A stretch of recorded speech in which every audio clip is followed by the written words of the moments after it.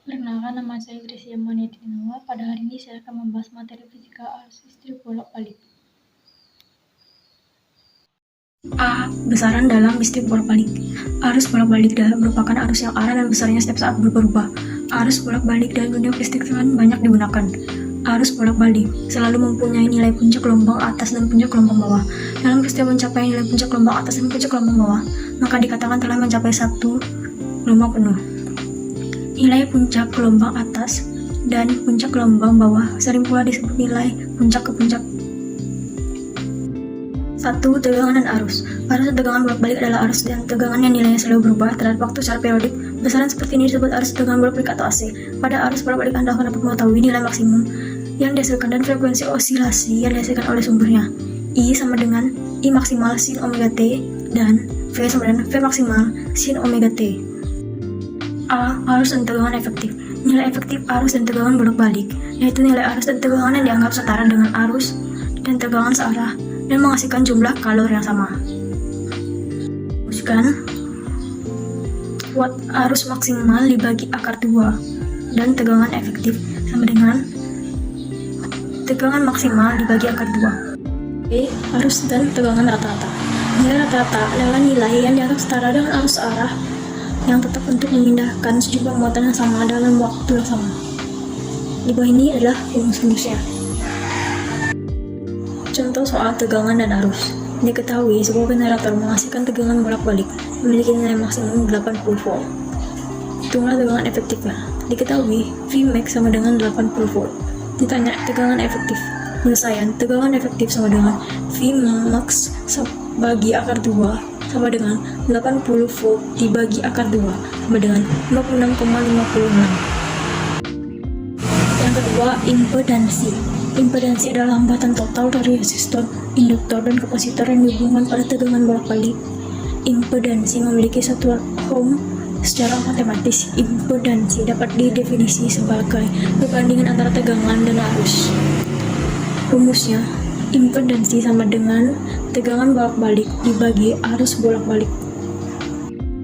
B. Rangkaian listrik bolak-balik.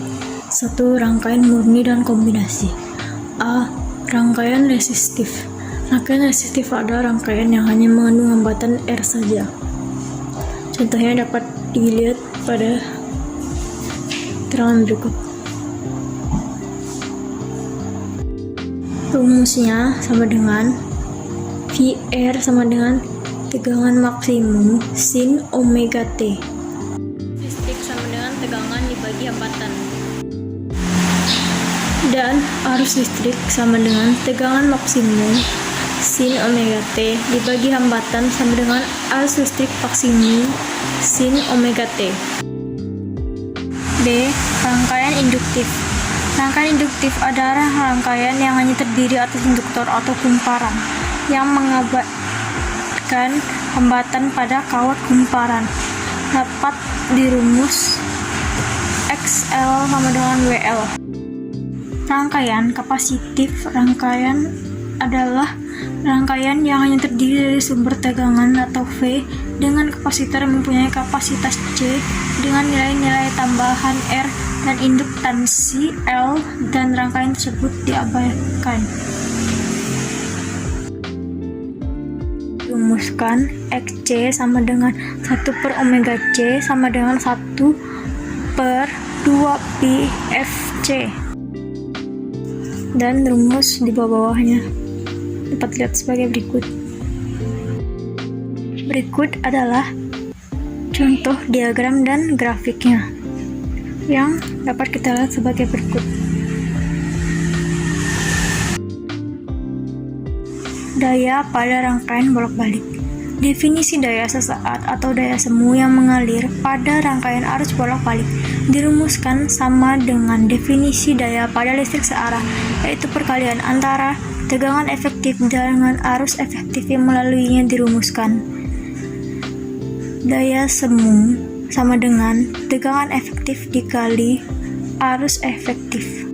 Jika induktor dialiri arus bolak-balik di dalam maupun di sekitar induktor akan timbul medan magnet.